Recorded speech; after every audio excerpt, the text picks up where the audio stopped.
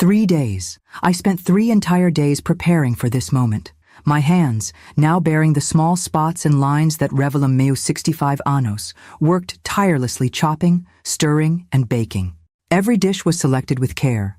Thomas's favorite lasagna with the homemade sauce that takes 5 hours to simmer properly. Melissa's beloved chocolate cake with raspberry filling that she's requested for every birthday since she was 8.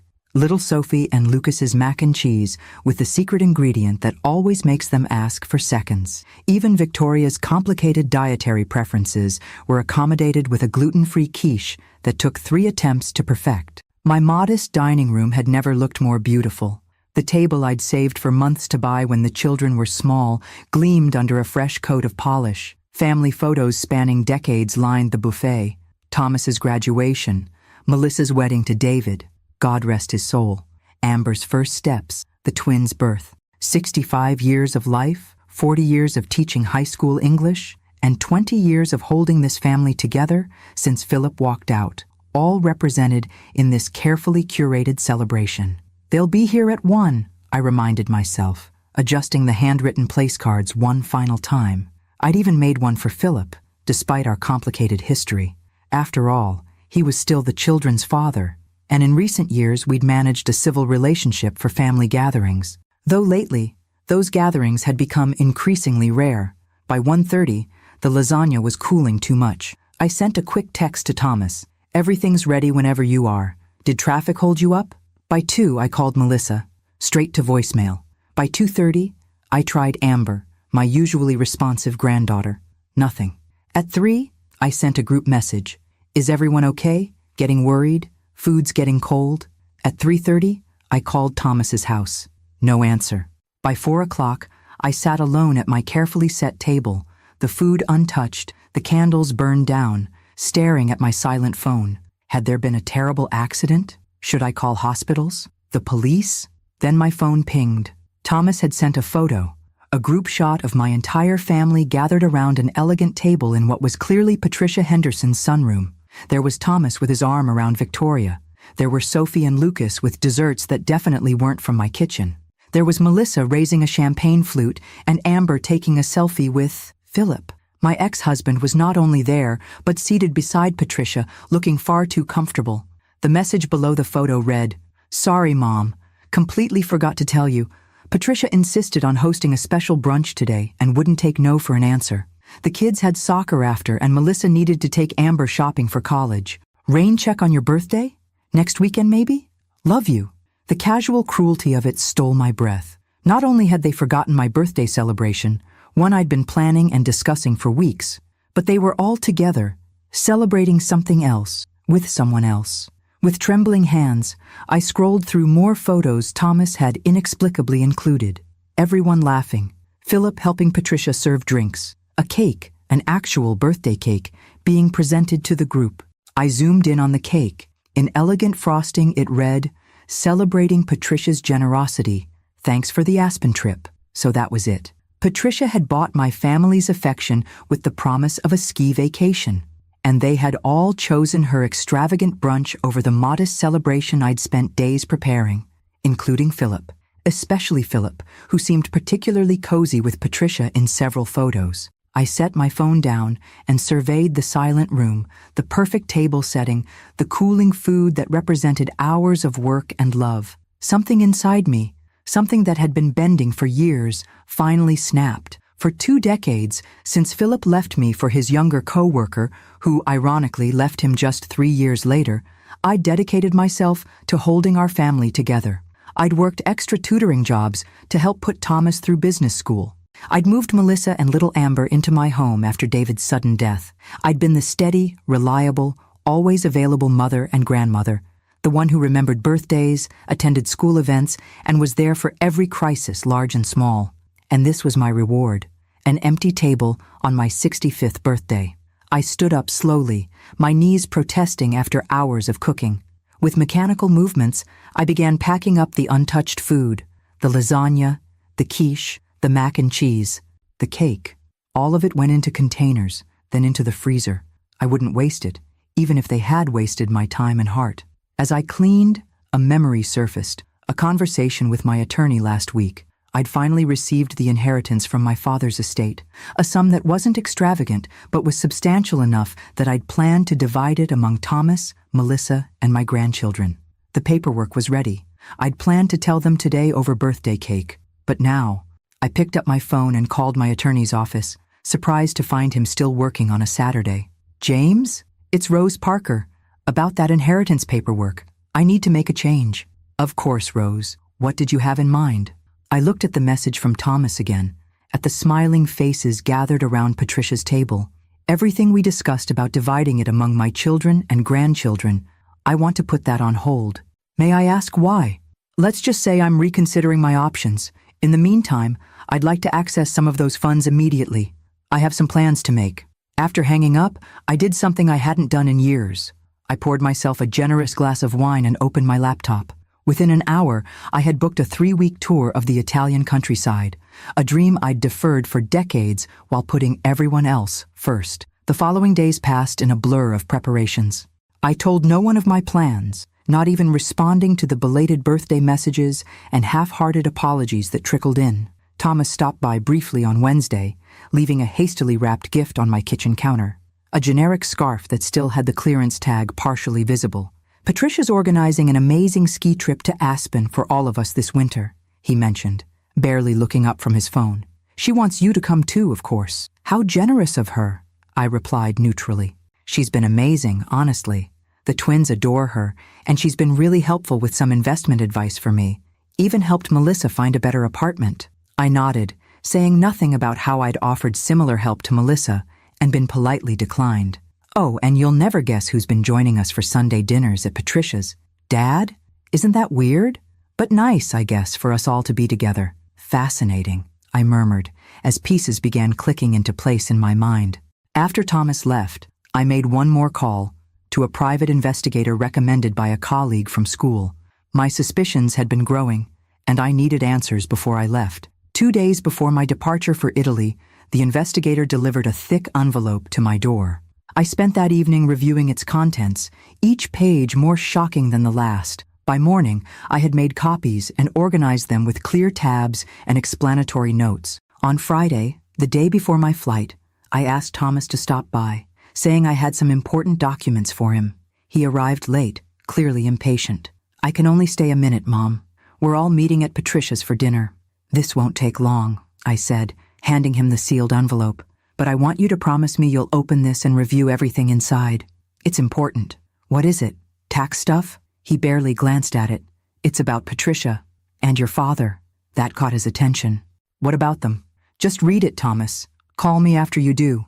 He frowned, tucking the envelope under his arm. "Okay, whatever. I gotta run." I watched him drive away, knowing that the contents of that envelope would shatter the perfect world Patricia had constructed. Evidence of her year-long affair with Philip, documentation of how she'd manipulated my family away from me, financial records showing suspicious timing of her generous gifts, always coinciding with my planned family events.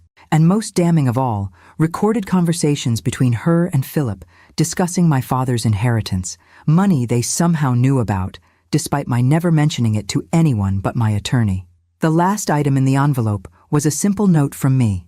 "By the time you read this, I'll be on my way to Italy. 3 weeks. No contact. You all have some decisions to make about what kind of family you want to be. I've already made mine." I turned off my phone at exactly 4 p.m., just as my taxi arrived to take me to the airport hotel where I'd stay before my early morning flight.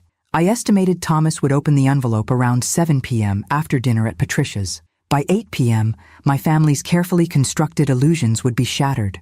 But I wouldn't be there to pick up the pieces this time. For once in my life, I was putting myself first. As the taxi pulled away from the house that had witnessed so much family history, both joyful and painful, I felt a curious lightness. 65 years had taught me many things, but apparently I was still capable of learning new lessons. And this one was long overdue.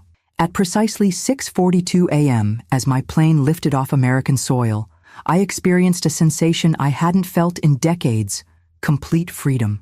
No responsibilities to anyone but myself. No meals to prepare. No emotions to manage. No disappointments to swallow with a smile. I imagined the scene unfolding back home. Thomas would have opened the envelope by now. The carefully organized evidence would have made its way through the family. Phones would be ringing. Messages would be flying. And for the first time in 20 years, I wouldn't be the one mediating, explaining, smoothing things over. First time in Italy? The elderly woman beside me interrupted my thoughts, her accent distinctly New York. First time anywhere in a very long time, I admitted. Traveling alone? When I nodded, she smiled knowingly. Good for you, honey. Took me until my 70s to do that. My only regret is not doing it sooner. As we soared over the Atlantic, I felt a moment of doubt. Had I been too harsh? Too dramatic? Perhaps I should have confronted them directly instead of this theatrical departure. Then I remembered sitting alone at my birthday table, the candles burning down while my family celebrated with Patricia. I remembered years of gradually being sidelined, invitations declined, advice ignored, presents increasingly treated as an obligation rather than a desire. No, I had given them decades of chances. This was my time now. Meanwhile, 12 hours earlier, Thomas had arrived at Patricia's elegant, Tudor-style home, the mysterious envelope from his mother tucked carelessly under a stack of files in his car. He'd forgotten about it entirely until Patricia's butler took his briefcase, dislodging the envelope which fell to the marble floor of the entryway. "What's that, darling?" Victoria asked, adjusting her pearl earrings, a recent gift from her mother. "Something from Mom. Probably birthday thank you cards or something." He tucked it into his jacket pocket and promptly forgot about it again. Patricia Henderson's dinner parties were legendary in their social circle. Tonight was no exception. Crystal glittering under custom lighting, floral arrangements that cost more than most people's weekly grocery budget, and staff moving invisibly to ensure every need was anticipated. Patricia herself presided over the gathering with practiced charm, her sleek silver bob and tailored designer dress projecting exactly the image she cultivated. Sophisticated, generous, indispensable. "Thomas, Victoria, finally," she trilled, air-kissing her daughter and clasping Thomas's hands. "Philip just arrived, and Melissa and Amber are already in the conservatory." Thomas noted his father standing by the fireplace, looking unexpectedly distinguished in a new sports coat Thomas hadn't seen before. When had his father started dressing so well?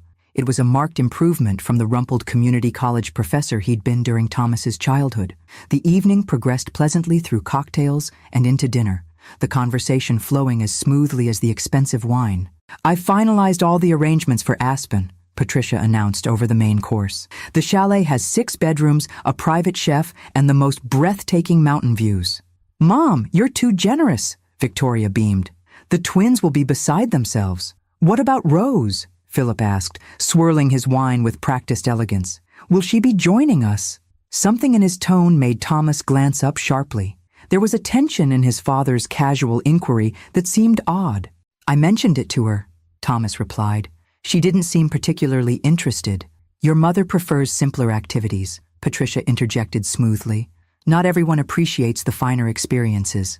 Melissa frowned slightly. "Mom used to ski, though. She's the one who taught us, remember?" "When was the last time she actually went, though?" Thomas countered. "She's always saying she can't afford trips like that." "Perhaps she's being practical," Philip suggested, "especially with her inheritance situation still being sorted out." An uncomfortable silence fell over the table. Thomas stared at his father. "What inheritance situation?" Philip froze momentarily, then recovered. "Oh, I assumed she'd told you. Your grandfather's estate was finally settled. Nothing extravagant, but a tidy sum from what I understand." "How would you know about that?" Melissa asked, her voice sharper than usual. "You and Mom barely communicate except through us." Before Philip could respond, Patricia intervened. "More wine, everyone? And wait until you hear about the spa services at the chalet." The moment passed, but something about it lingered in Thomas's mind. After dessert, he excused himself to make a call and found himself alone in Patricia's study. As he waited for his client to answer, the envelope in his pocket pressed against his chest, his mother's words echoing, "It's about Patricia and your father." Curiosity finally winning, he opened it. Inside, he found meticulously organized documents, each section clearly labeled and annotated in his mother's precise handwriting. The first section contained photos, surveillance images of his father and Patricia together in situations that couldn't be misinterpreted. Dinner at intimate restaurants, entering a hotel together, holding hands in a park 2 hours from town. What the hell? Thomas whispered, flipping through image after damning image. The next section contained financial records, transfers between accounts, investment documents, property assessments. With growing horror, he realized these showed his father and Patricia had been financially entangled for over a year. Most disturbing was a document showing Patricia had quietly purchased the mortgage on his mother's house 6 months ago through a shell company. His hands trembling now, Thomas turned to the third section. Printed email exchanges between Philip and Patricia discussing Rose's inheritance and how to ensure it benefits the family appropriately. Their thinly veiled strategy was clear. Isolate Rose from her family through competing events and undermining her relationships, then position Philip to influence how she distributed her inheritance. The final section was the most damning. Transcripts of recorded conversations between Patricia and Philip. Patricia: has she said anything more about the inheritance? Philip: not directly, but James confirmed the money was transferred last week, nearly $300,000. Patricia: and she still plans to give it to the kids? Philip: that's always been her intention. Boring and predictable as always. Patricia: well, she won't be distributing anything if she's too busy planning that ridiculous birthday dinner no one's attending. You did make sure Thomas understood they're all expected here instead. Philip: Victoria handled that. Rose will be sitting alone with her homemade lasagna while we're all here celebrating your generosity. Again. Patricia laughs. Perfect. Another holiday she'll spend alone, wondering why her family always chooses me. It's almost too easy. Philip: just remember our arrangement. When I help deliver her inheritance to this family, I get my fair share. Patricia: of course, darling. You've been so helpful in bringing everyone into my orbit, though I still don't understand why she never suspected anything between us. Philip: Rose only sees what she expects to see. Always has. It's what made her so easy to leave 20 years ago, and it's what makes her so easy to manipulate now. Thomas felt physically ill. He turned to the final page, a brief note from his mother explaining she would be in Italy for 3 weeks, unreachable, while they all reconsidered what kind of family they wanted to be. The study door opened, and Victoria appeared. There you are. Mother's about to tell everyone about the Christmas surprise she's planned. Thomas stared at his wife, suddenly seeing her in a new light. Did you know? Know what? He held up the surveillance photos of Patricia and his father. About this. About any of this. Victoria's expression shifted from confusion to shock to something harder to read. Thomas, I can explain. So you did know. His voice was dangerously quiet. You knew your mother and my father were having an affair. You knew they were deliberately isolating my mother from her own family. It's more complicated than that, Victoria protested, closing the door behind her. Is it? Is it complicated that we all skipped my mother's 65th birthday, an event she spent days preparing for, to attend your mother's manipulative brunch? Is it complicated that your mother bought my mother's mortgage without her knowledge? Or that she and my father have been plotting to get their hands on my grandfather's inheritance? Victoria paled. The inheritance part. I didn't know about that. But the affair? The deliberate scheduling conflicts? The systematic campaign to make my mother feel unwanted by her own family? Her silence was answer enough. Thomas gathered the papers with shaking hands. I need to show this to Melissa. Then we're leaving. Thomas, please don't! He pushed past her, his mind reeling.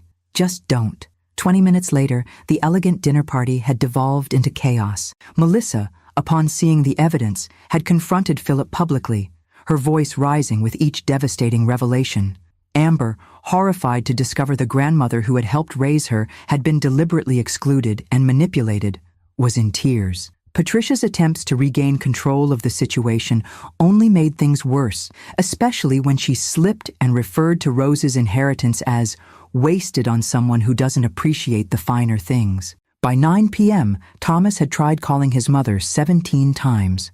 Each call went straight to voicemail. The simple message she'd left became increasingly ominous. She was gone, unreachable, for 3 weeks. What have we done? Melissa whispered. As they sat in Thomas's car outside Patricia's house, the evidence spread between them. How did we not see this happening? Thomas had no answer.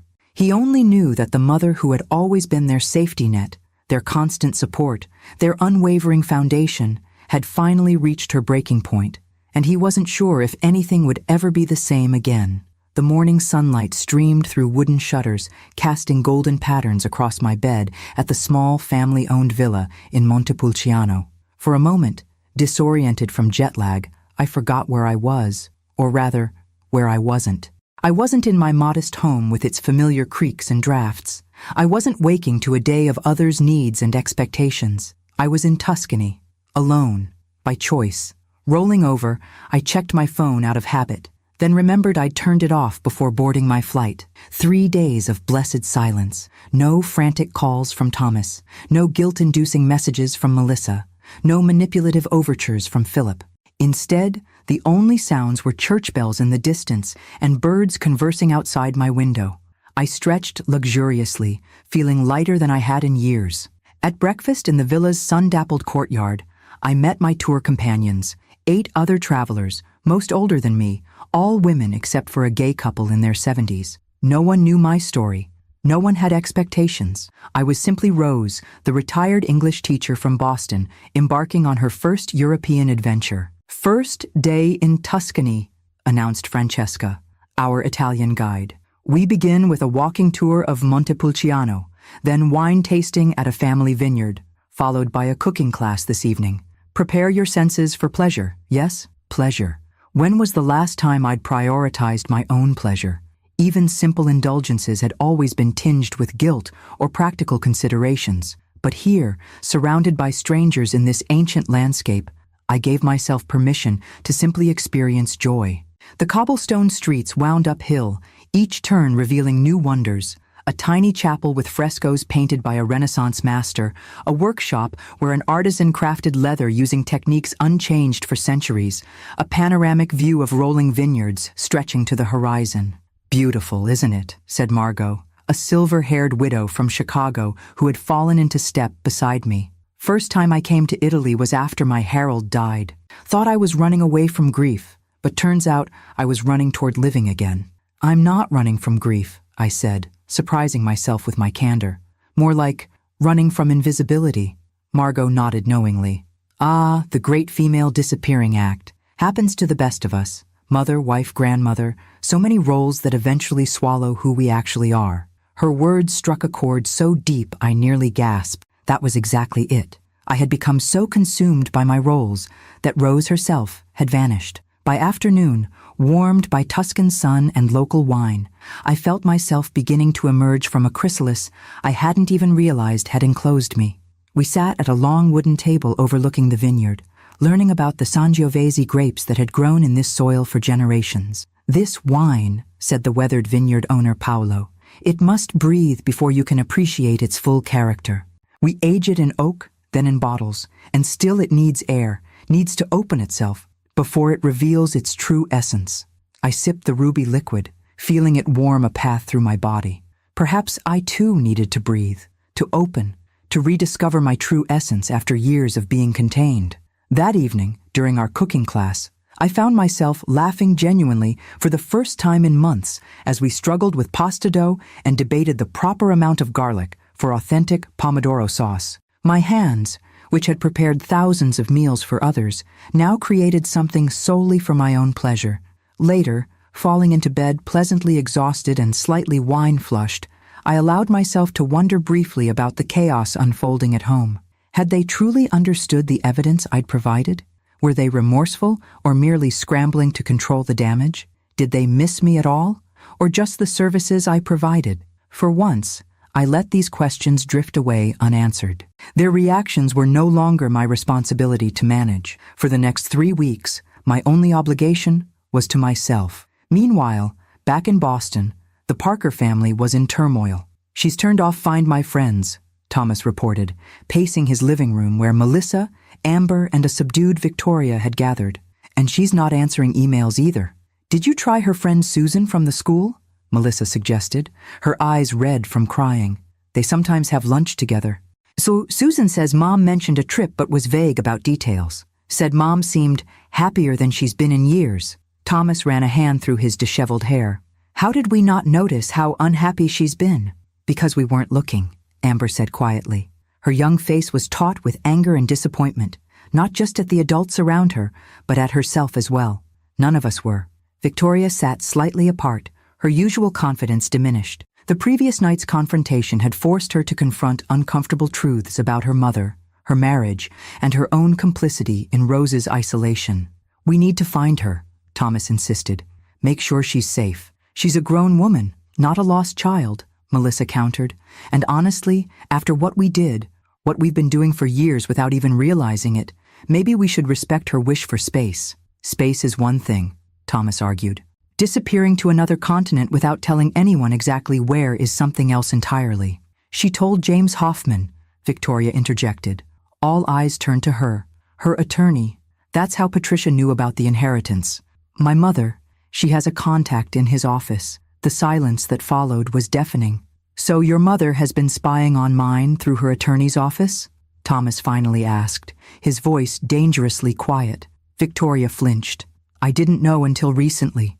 "I swear." "But you didn't tell us when you did find out," Melissa pointed out. "Just like you didn't tell us about Mom's birthday dinner, even though I specifically asked if you were sure she hadn't planned anything." "I was trying to keep the peace," Victoria protested weakly. "No," Thomas said, the realization dawning in his expression. "You were choosing your mother over my family, over our family. You've been doing it for years." Victoria's face crumpled. "That's not fair." "Isn't it?" Amber challenged. "Grandma Rose has been there for all of us, always. When Dad died," her voice caught on the memory, "she moved us into her home, helped me through the worst time of my life. And how do we repay her? By forgetting her birthday for some fancy brunch with the woman who's been deliberately trying to push her out of our lives." The doorbell interrupted the tense conversation. Thomas opened it to find his father standing on the porch, looking uncharacteristically disheveled. "Is your mother here?" Philip asked without preamble. "Seriously?"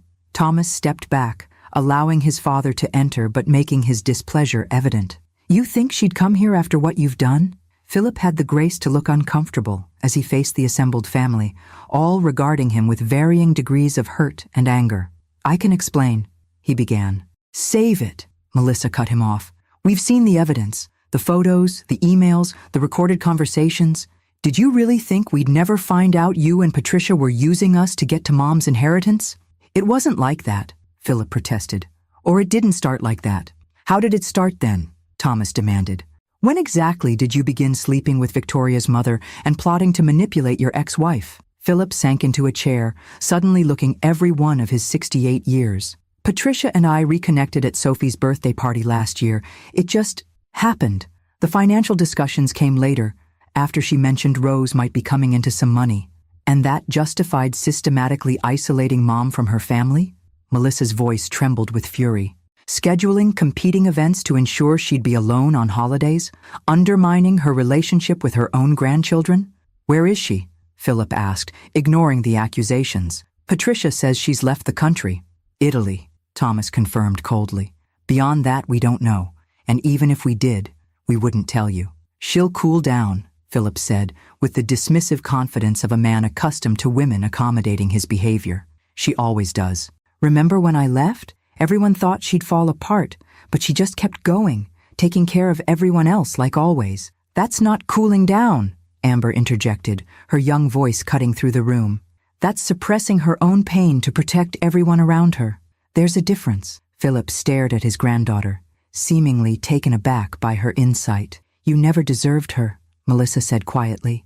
"None of us did, but at least the rest of us are starting to realize that." As Philip left, chastened but not truly remorseful, the remaining family members faced each other in silence, the weight of their collective failure settling over them. "What do we do now?" Victoria finally asked. "We wait," Thomas replied.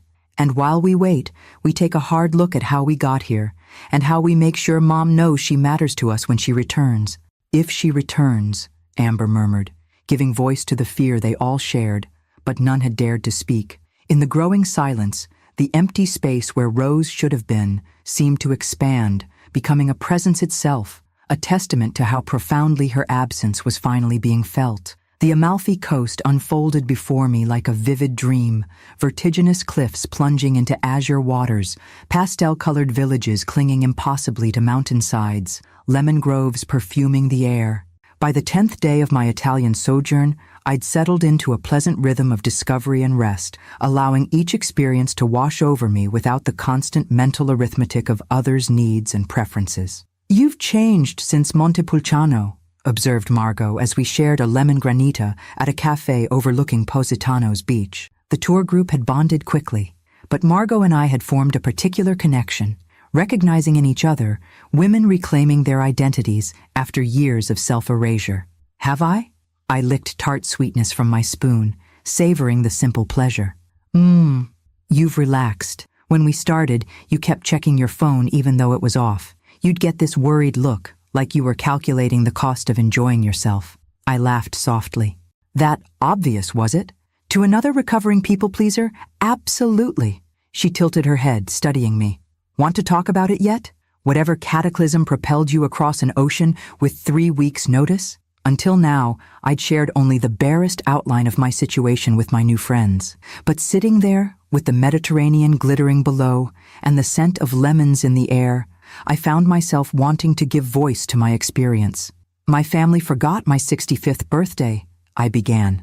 "Or rather, they chose to attend another event instead, a brunch hosted by my son's mother-in-law, who I've recently discovered has been systematically undermining my relationship with my children and grandchildren for years." Margot's eyebrows rose. "That's quite the opening line."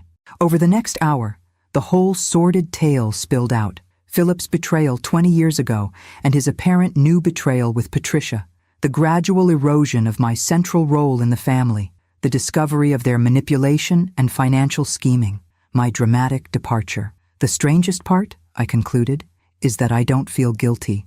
I've spent 2 decades feeling responsible for everyone else's happiness, and now I just don't. "Good," Margot said firmly. "Guilt is useless in your situation. Tell me, what happens when you go back?" The question caught me off guard. I'd been so focused on escaping that I'd given little thought to my eventual return. I suppose that depends on them, on whether they've truly understood what they've done, or if they're just scrambling to maintain the status quo. "No," Margot shook her head.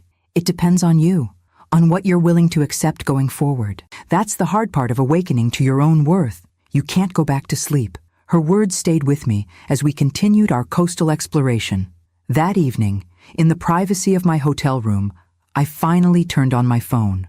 The screen immediately exploded with notifications, dozens of missed calls, over 100 text messages, countless emails. Taking a deep breath, I began sorting through them, creating a mental map of what had transpired in my absence. From Thomas, a progression from irritation to panic to remorse. "Mom, call me back. Where exactly are you staying in Italy? We need to talk about what was in that envelope." And finally, "I'm so sorry. We all are. Please just let us know you're safe." From Melissa, emotional pleas that evolved into deeper reflection. "How could you just leave like this? I didn't know about Patricia and Dad, I swear. I keep thinking about all the times you were there for me after David died, and how I've failed to be there for you." From Amber, simple but heartfelt. "I love you, Grandma. I'm sorry I didn't see what was happening. Please come home when you're ready." From Victoria, tentative and defensive, then increasingly honest. "Thomas is overreacting to some misunderstandings. I didn't know the full extent of what my mother was doing. And most recently, I've moved out of Mother's guest house. I need to figure out who I am apart from her influence." From Philip, predictably self-centered. "We should talk about these misunderstandings. You're worrying the children with this dramatic disappearance. Patricia and I never meant to hurt you. Nothing approaching a genuine apology or acknowledgement of wrongdoing." And surprisingly, one message from Patricia herself. "Rose, I think we should meet privately when you return. There are aspects of this situation you don't understand." I set the phone down, feeling strangely calm. Their messages revealed so much, not just about the chaos my departure had caused, but about each of their characters and capacity for growth. Thomas, always the problem solver, trying to manage the situation. Melissa, emotional but genuinely reflective. Amber, simple and direct in her love. Victoria, struggling between loyalty to her mother and recognition of wrongdoing. Philip, incapable as always of true accountability. And Patricia, still attempting to control the narrative. I composed a single group message to Thomas, Melissa, and Amber. "I'm safe and well. Enjoying Italy immensely. I'll contact you when I return in 10 days. Please respect my need for this time alone. To Victoria, separately. I appreciate your message. We'll talk when I return. To Philip and Patricia, nothing at all. Then, I turned my phone off again and went to stand on my balcony, breathing in the night air scented with jasmine and sea salt. Their problems, their feelings, their chaos, none of it was mine to manage. Not anymore. Back in Boston, the Parker family dynamics continued to fracture and realign in Rose's absence. She's alive, at least, Thomas reported, showing Melissa their mother's brief message. They'd taken to meeting regularly for coffee, a habit they'd fallen out of in recent years, as Patricia's brunches and dinners had dominated the family calendar. That's all she has to say?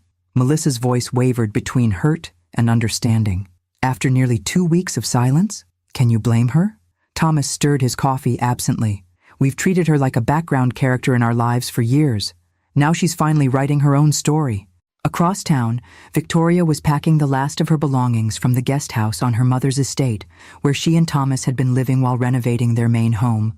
A renovation funded largely by Patricia's generosity, which now felt like carefully disguised control. You're making a mistake, Patricia insisted, watching her daughter fold designer clothes into suitcases. The normally immaculate Patricia looked uncharacteristically disheveled, her careful facade cracking under the strain of exposure. Everything I've done has been for this family's benefit. That's the problem, Mother, Victoria replied, her voice tired but resolute. You decided what benefit meant without considering anyone else's feelings or autonomy, especially Rose's. Rose, Patricia scoffed. She's manipulating all of you with this vanishing act. Can't you see that? Victoria paused, studying her mother with new eyes. That's projection, Mother. You're describing your own tactics, not hers. Across the city, in his downtown condo, Philip paced anxiously, phone in hand. The past 2 weeks had been disastrous for him professionally and personally. Patricia had cut him off completely once their scheme was exposed, leaving him without the financial support he'd grown accustomed to.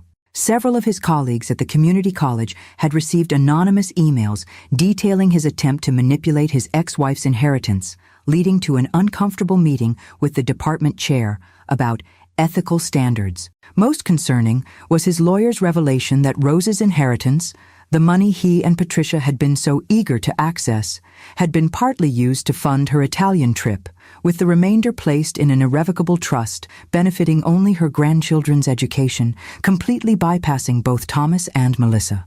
The maneuver, executed just before her departure, was legally unassailable. For the first time in decades, Philip faced the prospect of living with the actual consequences of his actions, without a woman, whether Rose, his short-lived second wife, or Patricia, to buffer him from reality. Meanwhile, Amber sat cross-legged on her bed, scrolling through old family photos on her laptop. There was Grandma Rose at her kindergarten graduation, beaming with pride. There she was teaching 8-year-old Amber to make Christmas cookies. There she was, always slightly off-center in family photos, as if unconsciously making herself smaller, less obtrusive. I see you now, Grandma, Amber whispered to the images. And when you come home, I'll make sure you know it. Across Rose's empty house, a sense of suspended animation had settled, like a stage set awaiting its principal actor's return, with the supporting cast increasingly aware that the script they'd been following had been fundamentally flawed all along. The eternal city embraced me with its chaotic energy, honking Vespas weaving through narrow streets, centuries-old fountains splashing beside espresso bars, the weight of history pressing against modern life at every turn. Rome, unlike the gentler landscapes of Tuscany and Amalfi, demanded engagement. It felt fitting for the final days of my journey, as I too prepared to re-engage with the life awaiting me back home. Last night in paradise, sighed Margot, as our group shared a farewell dinner at a trattoria tucked in a cobblestone alley near the Pantheon. Though I suspect for some of us, the real journey begins when we return. Her knowing glance found me across the table.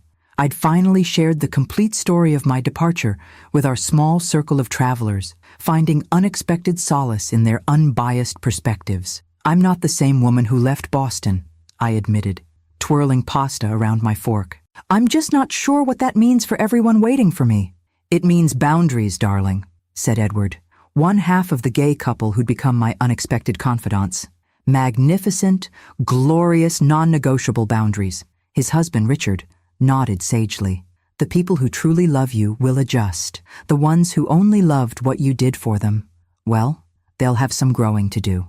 After dinner, while the others returned to the hotel, I found myself drawn to the Trevi Fountain.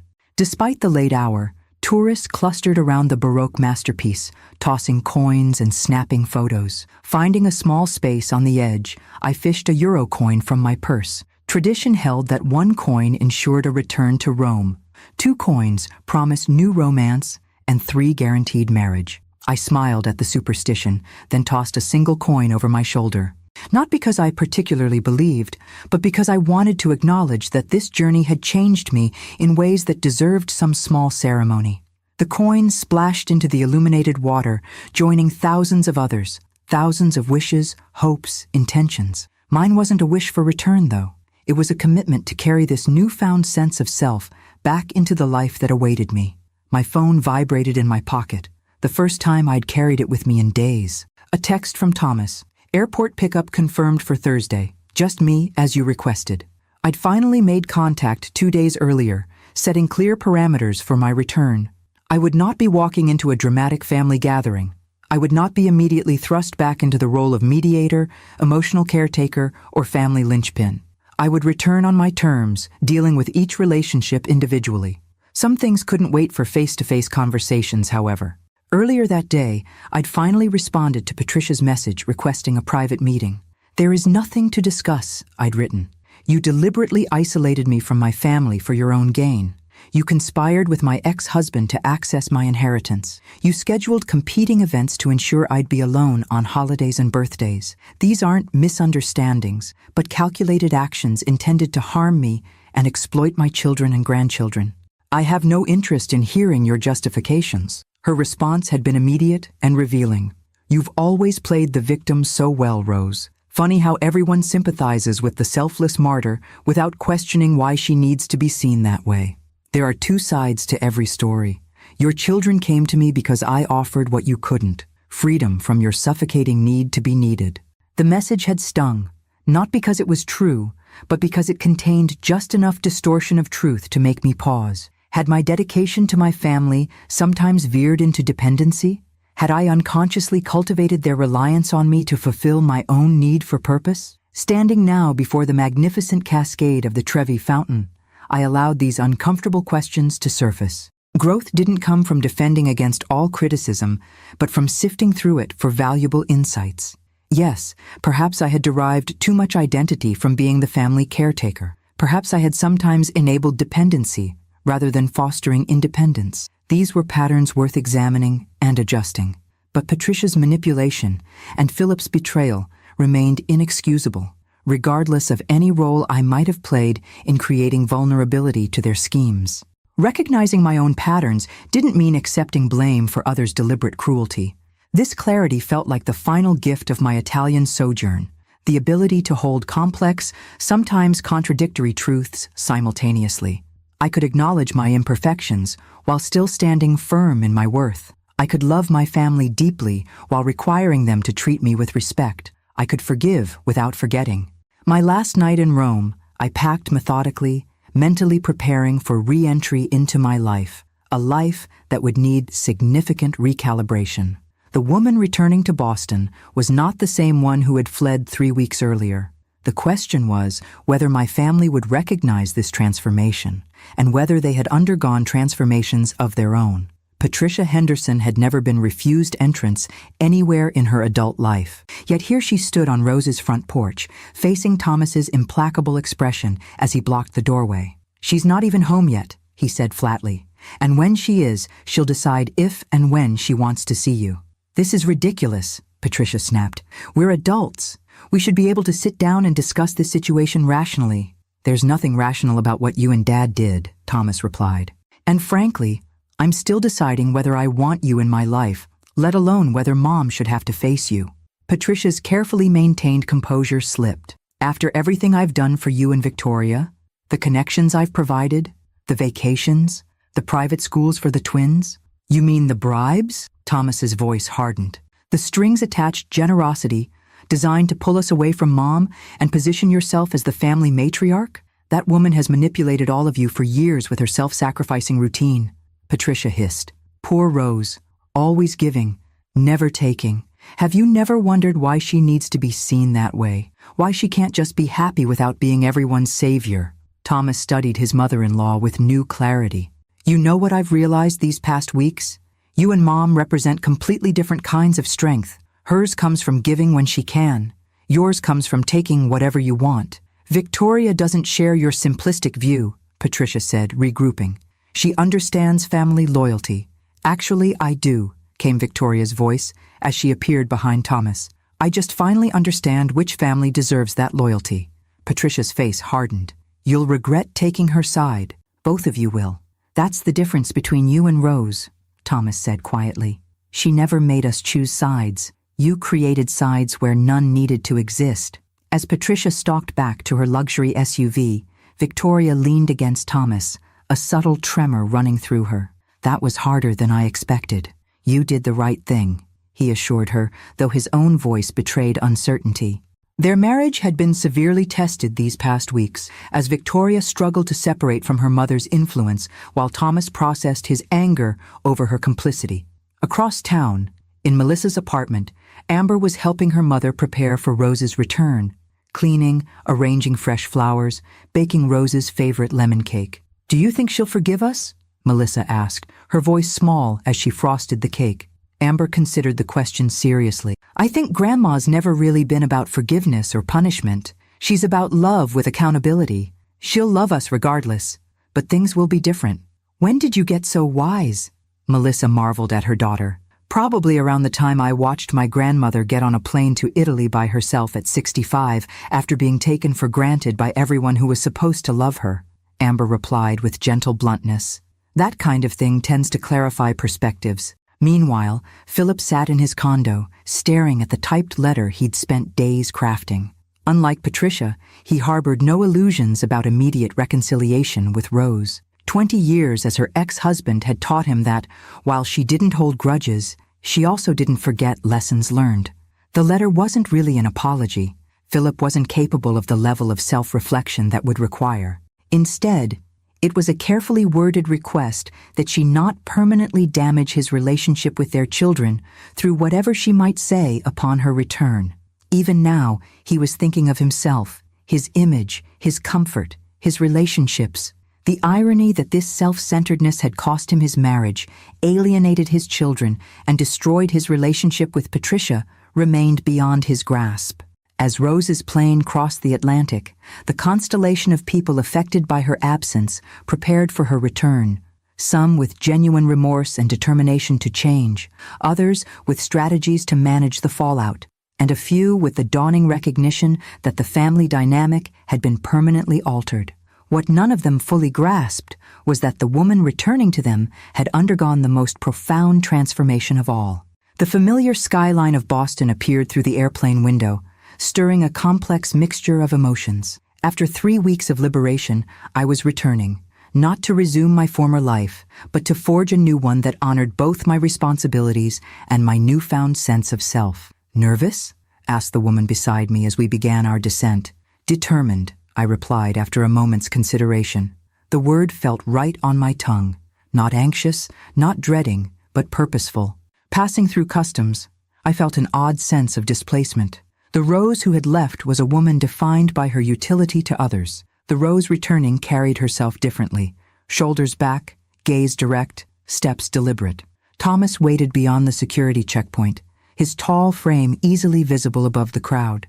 When our eyes met, his relief was palpable even from a distance. As I approached, I noted the subtle changes in his appearance, the shadows under his eyes, the tension in his posture, the uncertainty in his expression. Mom, he said simply, reaching for my carry-on bag. Welcome home. The drive from Logan Airport unfolded in careful conversation, Thomas filling me in on practical matters, skirting the emotional landmines we both knew would need addressing eventually. I was grateful for this buffer period, this gradual re-immersion. You look different, he finally ventured as we crossed the Charles River. It's not just the tan. I smiled slightly. 3 weeks of putting yourself first will do that. He glanced at me, then back at the road. We've been talking, Melissa, Victoria, Amber, and I, about how things are going to be different when you came back. I'm glad to hear that, I said, because they will be different. As we turned onto my street, I felt a curious lightness. For the first time in decades, I was returning to my home without immediately assuming responsibility for everyone else's emotional well-being. Whatever awaited me inside, whether family members seeking reconciliation or empty rooms echoing with absence, I would face it on my terms. I told everyone to give you space today, Thomas said as he parked in my driveway. Get settled, rest. We'd like to see you tomorrow if you're up for it. Thank you, I said, genuinely appreciative of this small but significant respect for my boundaries. That's thoughtful. He carried my luggage to the door, hesitating at the threshold. Mom, he began, then stopped, emotion making his voice rough. I'm so sorry for everything. I studied my son's face, the little boy I'd raised now, a middle-aged man confronting his own failings. I know you are. We'll talk about it all, Thomas, but not today. He nodded, accepting this boundary as well. I love you, Mom. I love you too, I replied, meaning it despite everything. That's never been in question. Alone in my house, I moved from room to room, reacquainting myself with the space that had been both haven and prison. The birthday decorations had been removed, the perishable food cleared away. Someone, Melissa, judging by the handwriting, had left a welcome home note on the refrigerator, along with a fresh container of my favorite coffee. In my bedroom, the sheets had been changed, and a small vase of daisies, my favorite, sat on the nightstand. Small gestures of contrition, perhaps, or simply acknowledgement of my return. After unpacking and showering away the travel fatigue, I made myself a cup of tea and sat in my garden, which had been meticulously maintained in my absence. The spring flowers were in full bloom, a riot of colors against the green backdrop. Another silent apology, this one likely from Thomas, who knew my attachment to this small sanctuary. My phone chimed with texts welcoming me home, carefully worded messages from Melissa, Amber, even Victoria. None demanded my time or attention. All expressed genuine gladness at my safe return. Conspicuously absent were messages from Philip or Patricia. As twilight settled over the garden, I found myself surprisingly at peace. The confrontations would come. The relationships would need rebuilding. The boundaries would require reinforcement. But tonight, in this moment, I was simply Rose. Not mother, not grandmother, not ex-wife. Just a woman returning from a journey, forever changed by the landscapes she had traversed, both external and internal. The next morning, I awoke naturally, without an alarm, a luxury I decided then and there would become routine rather than exception. After a leisurely breakfast, I called Melissa. Mom, she answered immediately, her voice a mixture of relief and trepidation. How are you? How was your flight? Good on both counts, I replied. I thought we might meet for lunch, just the two of us. I'd love that, she said too quickly, revealing her eagerness to make amends. We met at a small cafe halfway between our homes, neutral territory for what promised to be a difficult conversation. Melissa arrived first, fidgeting with her napkin, rising awkwardly when she saw me approach. You look wonderful, she said, embracing me briefly. Italy agrees with you. It does, I confirmed, sitting across from her. It reminded me who I am, apart from everyone else's needs and expectations. Melissa flinched slightly at this, her gaze dropping to her hands. I deserve that. It wasn't meant as a rebuke, I clarified, just a truth I've reclaimed. Over salads and iced tea, we navigated the new terrain of our relationship. Melissa spoke of her shock at discovering Philip and Patricia's manipulation, her shame at having been so easily diverted from our relationship, her grief at realizing how profoundly I'd been hurt by her neglect. After David died, she said, her voice catching on her late husband's name even after all these years, you were everything to Amber and me. You held us together. And somehow, we repaid that by gradually pushing you to the periphery of our lives. Patricia offered things I couldn't, I acknowledged, remembering the woman's cutting message. Glamour, connections, luxury experiences. I understand the appeal. But she never offered unconditional love, Melissa countered. Everything came with strings, with expectations, with subtle obligations. I just didn't see it until it was laid bare. I reached across the table to take her hand. were both partly responsible for the distance that grew between us. I enabled patterns that weren't healthy, making myself indispensable, prioritizing everyone's needs above my own, never requiring the reciprocity I deserved. Melissa's eyes widened slightly at my candor. "You've really changed. I've awakened," I corrected gently, "to my own worth, to the relationships I want, to the life I deserve." "Where does that leave us?" she asked, vulnerability plain in her expression. "In a better place, I hope," I replied. "One where I love you no less fiercely, but more honestly, where I support you without enabling dependence, where I expect to be valued, not just needed." Tears slipped down her cheeks. "I'd like that. I'd like to really see you, Mom. Not just what you can do for me." "That's a good place to start," I said, squeezing her hand before releasing it. As we parted, Melissa hesitated, then asked the question I knew had been weighing on her. "Have you heard from Dad?" "No," I replied honestly. "Nor do I expect to. He wants to explain himself," she said, her tone making clear her opinion of such explanations. "There's nothing to explain," I said simply. "His actions with Patricia revealed his character, just as they did 20 years ago when he left. The only difference is that this time I'm not devastated by the revelation." Melissa studied me with new understanding. "You really are free of him, aren't you?" For the first time, I realized the truth of this. Philip's betrayal with Patricia hadn't wounded me the way his initial abandonment had. It had merely confirmed what I should have accepted long ago, that his capacity for loyalty and genuine care had always been limited by his profound self-interest. "Yes," I said, the realization bringing a quiet satisfaction. "I believe I am." As Melissa walked to her car, I remained at the cafe table, savoring my iced tea and the simple pleasure of a conversation in which I'd spoken my truth without filtering it through concern for others' comfort. One relationship beginning to reset, several more still to navigate. Rome, as they say, wasn't built in a day, neither would the new architecture of my family relationships.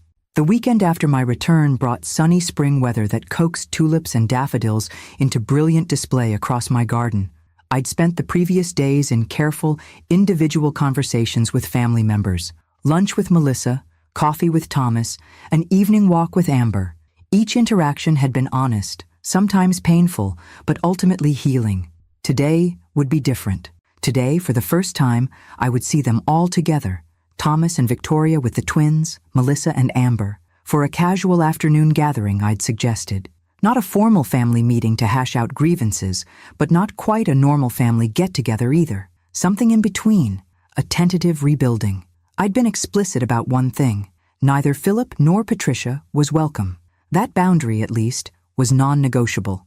As I arranged simple refreshments on the patio table, I heard Victoria's voice drift through the garden gate. "Remember what we talked about," she was saying quietly, presumably to the twins. "Grandma Rose has been through a lot." I smiled to myself, appreciating this small evidence of change. The Victoria I'd known before Italy would never have prepared her children to be considerate of my feelings. They entered the garden hesitantly, Thomas carrying a bouquet of flowers, Victoria holding a bakery box, the 12-year-old twins, Lucas and Sophie, trailing behind with matching uncertain expressions. "Welcome," I said warmly, genuinely glad to see them despite everything.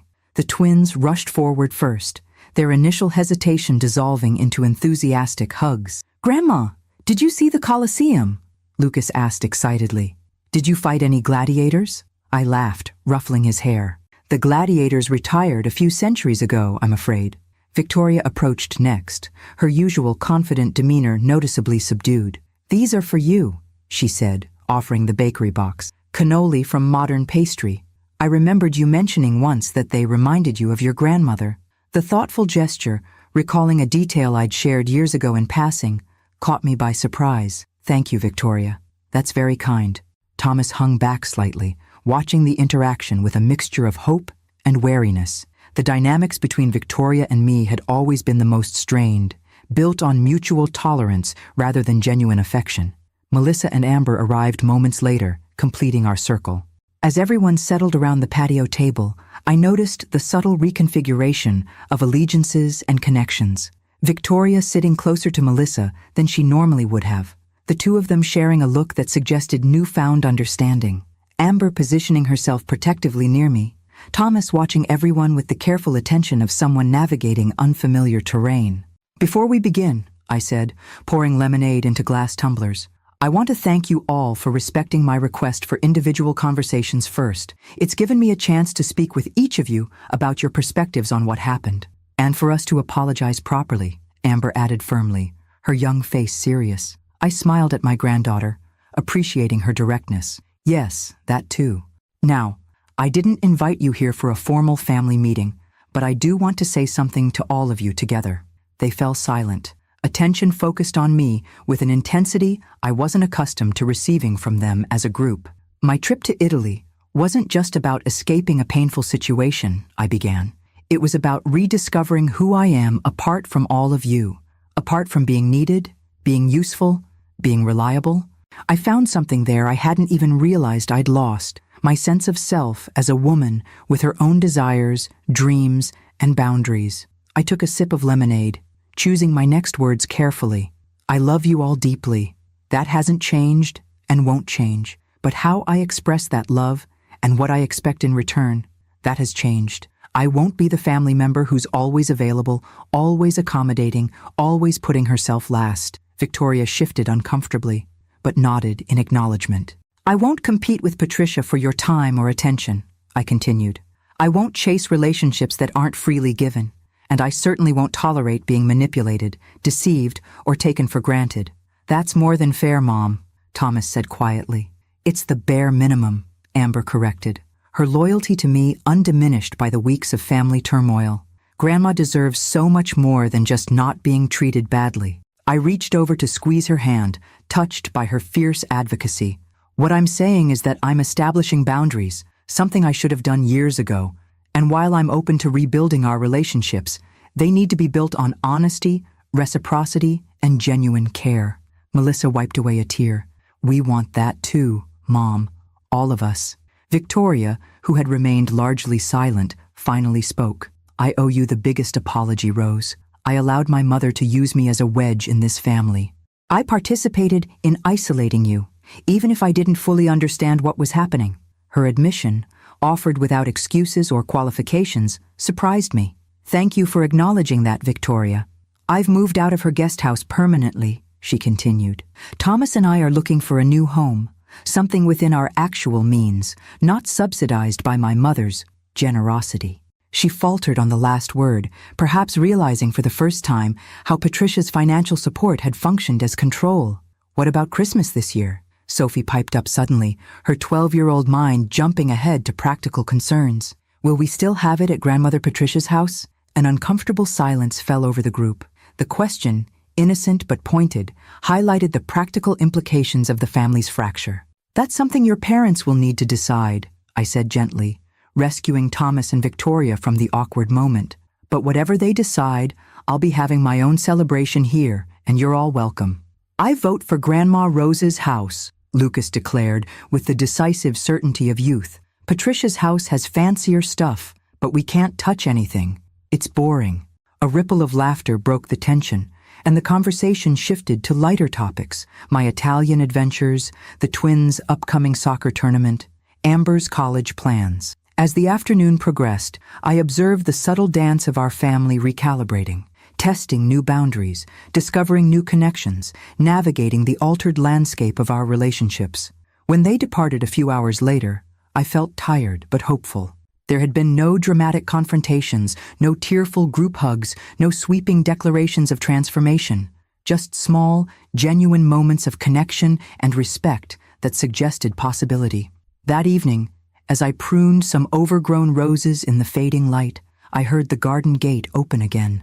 Turning, I found Victoria standing there alone, uncertainty written across her face. "I'm sorry to come back unannounced," she said. I needed to speak with you privately." I gestured to the bench beside the rose trellis. "Of course." She sat, hands clasped tightly in her lap. "There's something I didn't say earlier, with everyone there.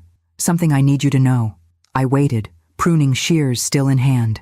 "My mother," Victoria began, then stopped, gathering courage. "She's not who any of us thought she was. Since everything came out about her and Philip, I've discovered other things. Financial manipulations, lies about her past, relationships she's poisoned beyond my father's. That doesn't surprise me, I said gently.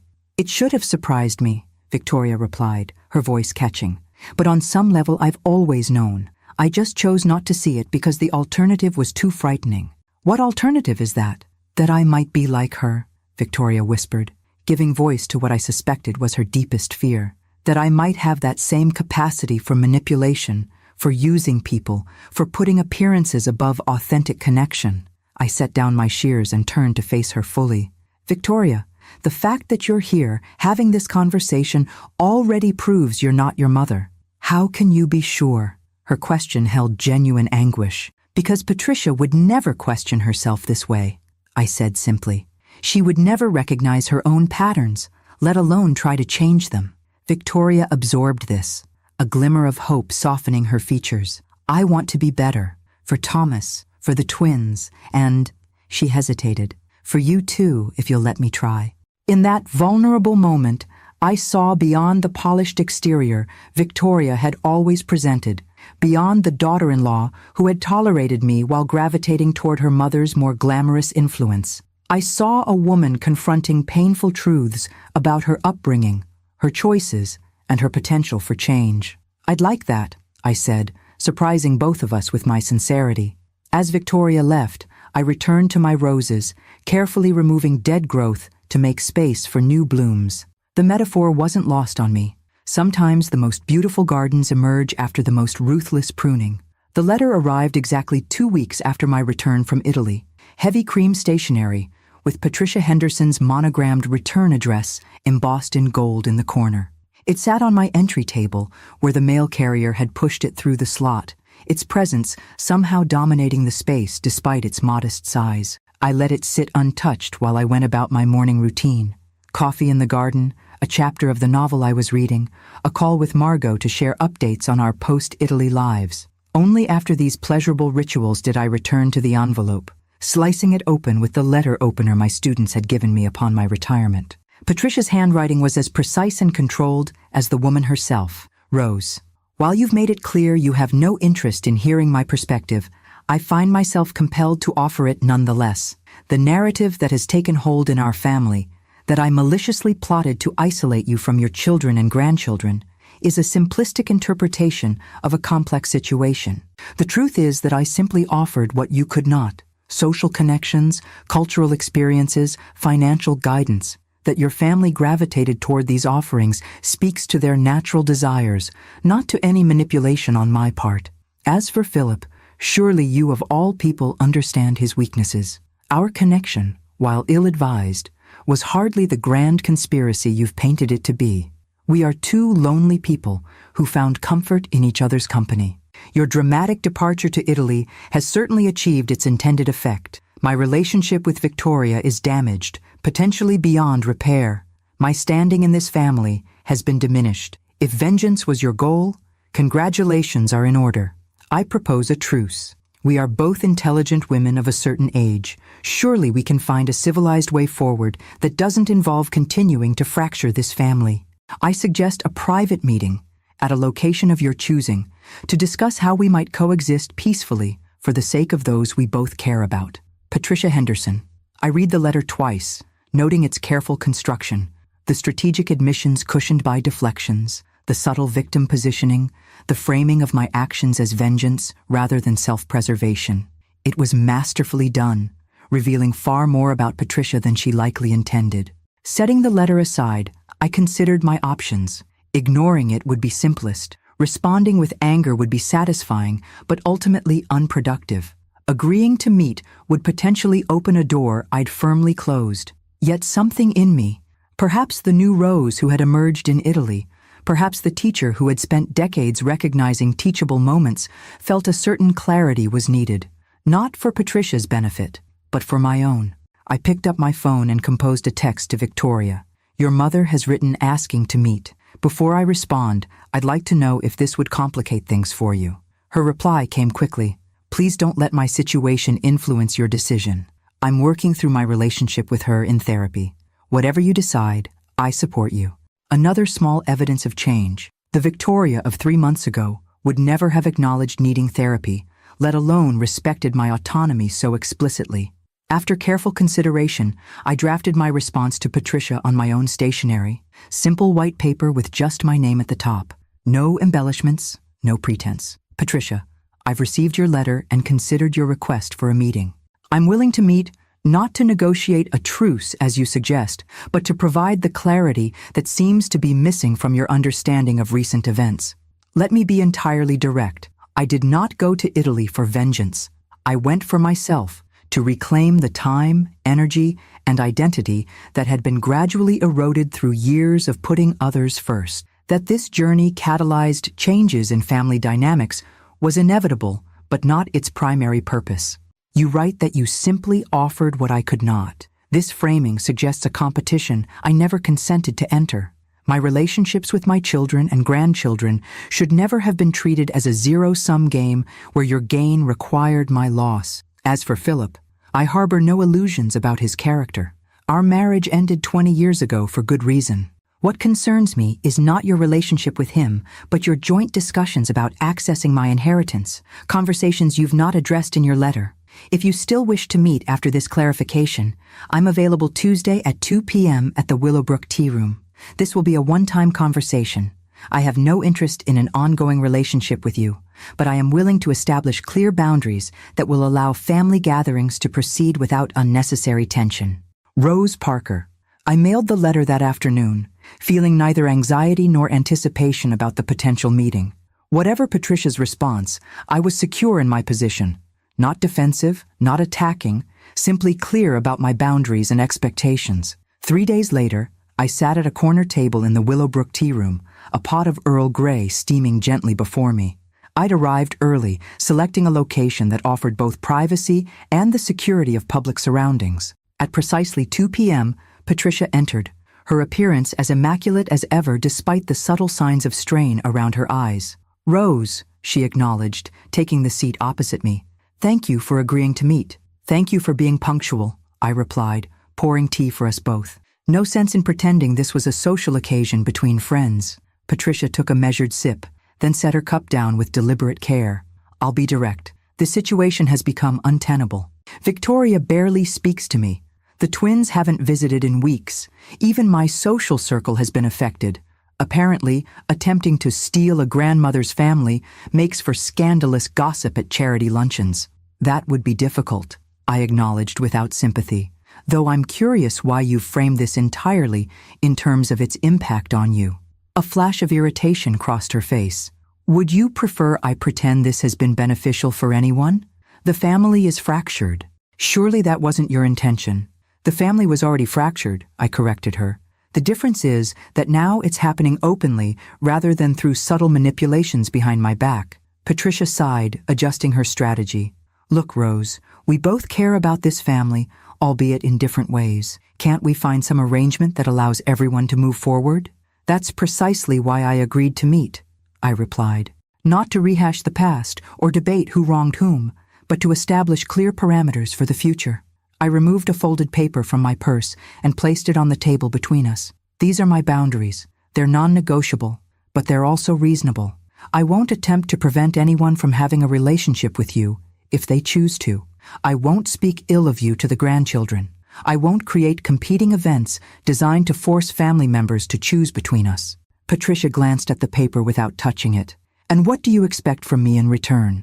"The same courtesy. No more strategic scheduling of events to conflict with mine.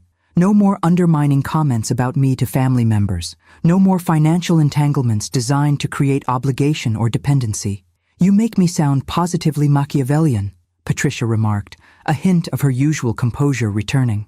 "Perhaps because your actions have been exactly that," I replied calmly. "Whether you're willing to acknowledge it or not." She picked up the paper finally, scanning its contents. "And if I agree to these boundaries, what then? We pretend to tolerate each other at family gatherings, exchange pleasantries while secretly despising one another?" "We don't need to pretend anything," I said. "Mutual respect doesn't require personal affection. We simply need to recognize that our connections to this family exist independently of each other." Patricia studied me with new calculation. "You've changed, Rose. I'm not sure I would have recognized this version of you 3 months ago. That's probably true, I acknowledged. Italy was transformative, though not in the way you seem to think. It wasn't about plotting revenge or strategizing my return. It was about remembering who I am apart from everyone else's needs and expectations. Something shifted in Patricia's expression, not softening exactly, but a recognition of something she perhaps hadn't considered before. And who is that exactly? Who is Rose Parker when she's not being the selfless mother and grandmother? The question might have been intended as a barb, but I received it as an opportunity for the clarity I'd sought in this meeting. She's a woman who values authentic connection over social status, who finds joy in simple pleasures rather than extravagant displays, who believes relationships should be built on mutual respect rather than obligation or manipulation. I met her gaze directly. She's a woman who no longer needs everyone's approval, including yours. Patricia looked away first, a concession I would never have expected from her. Well, she said finally, refolding the paper with precise movements, at least we understand each other. Yes, I agreed. I believe we do. As she gathered her designer handbag and prepared to leave, Patricia paused. For what it's worth, Philip was the one who suggested targeting your inheritance.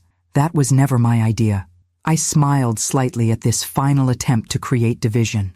It doesn't matter whose idea it was, you both participated, and neither of you succeeded.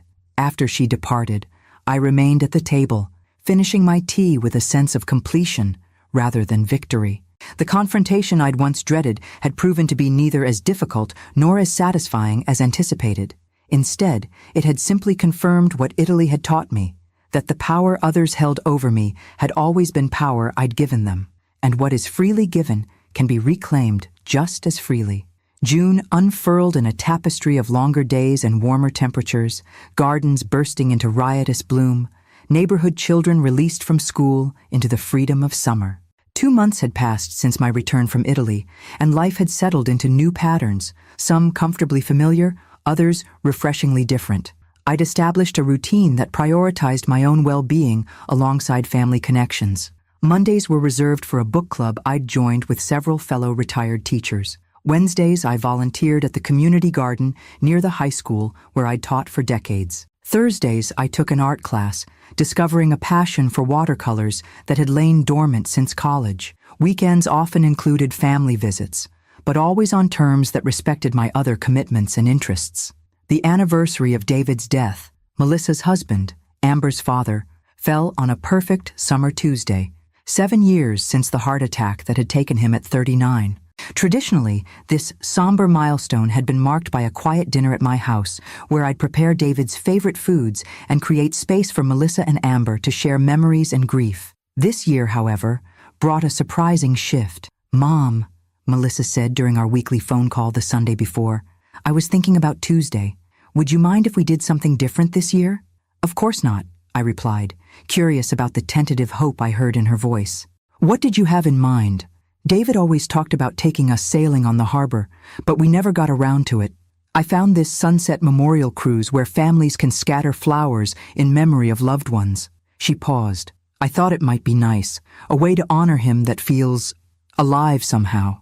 And I'd like to invite Thomas and his family too, if that's okay." The old Rose might have felt slighted by this change to a tradition I'd carefully maintained. The new Rose recognized this for what it was, not a rejection of my support, but a healthy step in Melissa's healing journey. "I think that sounds wonderful," I told her sincerely. "David would have loved it. We could all meet at your house first," she suggested quickly, perhaps concerned I might feel excluded. "Have a light dinner before the cruise." "Actually," I countered gently, "why don't you and Amber come here for lunch instead? That gives us time together first, but makes the sailing the main event rather than an addition to our usual tradition." The subtle repositioning, from host of the entire commemoration to participant in Melissa's new vision, felt right. Supporting without centralizing myself, present without being essential. Tuesday dawned bright and clear, a perfect day for sailing. Melissa and Amber arrived for lunch, bringing framed photos of David to place on the table, a thoughtful inclusion of our traditional elements within the new approach. "I've been thinking about Dad a lot," Amber said as we shared the simple meal I'd prepared. "Not just missing him, but wondering what he'd think about everything that's happened these past months." "What do you think he'd say?" I asked, watching my granddaughter's expressive face. She considered this seriously.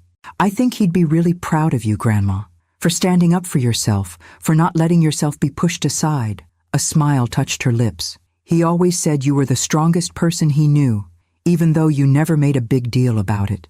Melissa nodded, her eyes bright with unshed tears. "He admired you so much, Mom. He used to tell me I was lucky to have a mother who showed me what quiet strength looked like." The revelation touched me deeply. David had been a wonderful son-in-law, kind, hard-working, devoted to Melissa and Amber, but I'd never known he held me in such high regard. "Thank you for telling me that," I said softly. "It means a great deal." Later, as we boarded the memorial cruise boat with Thomas, Victoria, and the twins, I observed how naturally we'd adapted to our reconfigured family dynamic. Victoria and Melissa, once distant due to Patricia's subtle positioning, now conversed easily. The twins, freed from the strict behavioral expectations at Patricia's house, displayed genuine affection for their aunt and cousin, rather than the formal politeness they'd previously exhibited. Most revealing was a brief exchange I overheard between Thomas and Melissa as we found seats on the boat's upper deck. "Mom seems different lately," Melissa remarked, unaware I was within earshot. "Happier, more present somehow." Thomas nodded. "Victoria says it's because she's finally living for herself instead of through us, that she's found her center again. Do you think she'll ever truly forgive us for taking her for granted for so long?" "I think," Thomas replied thoughtfully, "she already has. But forgiveness doesn't mean going back to how things were. It means moving forward with new understanding." His insight surprised and pleased me. My son had been doing some significant reflection of his own. As the boat glided across the harbor, the setting sun gilding the water in molten gold, each family member took turns sharing memories of David. The twins recalled fishing trips with their Uncle Dave when they were small. Victoria spoke of his kindness when she first joined the family. Thomas remembered his brother-in-law's unfailing good humor and integrity. When my turn came, I shared something I'd never told them before. How David had come to me privately before proposing to Melissa, not to ask permission in some outdated patriarchal tradition, but to make a promise. He said, "Rose, I want you to know that I'll spend my life trying to be worthy of her. Not perfect, but worthy." My voice caught slightly at the memory. And he was. Every day he was given with her, he kept that promise. Melissa's tears fell freely then, but they were the healing tears of love remembered rather than the desperate grief of earlier anniversaries. As she and Amber scattered white rose petals on the darkening water, I stood slightly apart, present, but not central to their moment of remembrance. A hand slipped into mine. Victoria, her own eyes damp. "Thank you," she whispered. "For what?" I asked, surprised by the gesture. "For showing me what real family support looks like. Not controlling, not demanding, just there, present without taking over." The simple observation confirmed what I'd been gradually learning since Italy, that genuine strength wasn't found in making oneself indispensable, but in creating space for others to find their own capacity while remaining steadfastly present. As we sailed back to shore under a canopy of emerging stars, I reflected on how profoundly our family dynamics had shifted. The painful rupture precipitated by my discovery of Patricia and Philip's manipulation had ultimately created space for healthier connections, more authentic communication, and genuine appreciation for each other's autonomy. One tradition had been transformed today, reimagined to better serve its purpose of honoring David's memory while respecting Melissa and Amber's evolving grief. Other traditions would likely follow: holidays, birthdays, celebrations, each renegotiated with new awareness of what truly mattered, not who hosted or who controlled, but how present we were for each other in both joy and sorrow. The boat docked in the harbor lights, our small family group disembarking together, connected not by obligation or habit, but by choice and genuine affection. As we said our goodbyes in the parking lot, making plans for Sunday brunch at Thomas and Victoria's new, more modest home, I felt a deep contentment that had nothing to do with being needed and everything to do with being valued. This, I realized, was the true inheritance I'd received, not my father's money, which had funded my transformation in Italy, but the opportunity to rebuild my family relationships on a foundation of mutual respect rather than dependency and obligation. Some might view it as a high price to have paid for this wisdom, But standing under the star-filled sky, surrounded by family members who were finally seeing me as I truly was, it felt like the most worthwhile investment I'd ever made. On the morning of my 66th birthday, I awoke to find a small envelope slipped under my bedroom door. Inside was a handwritten note from Amber, who had stayed overnight. Operation Birthday Redemption begins at 9 a.m. Dress comfortably and be ready for adventure. Love, your co-conspirator. I smiled at my granddaughter's dramatic flair, appreciating the thoughtfulness behind her secrecy. After dressing in comfortable slacks and a light sweater, I found Amber in the kitchen, mysteriously stirring something on the stove. "Happy birthday, Grandma," she said, giving me a tight hug. "I'm making your favorite blueberry pancakes, the ones you taught me to make when I was little." "They smell wonderful," I replied, touched by the role reversal.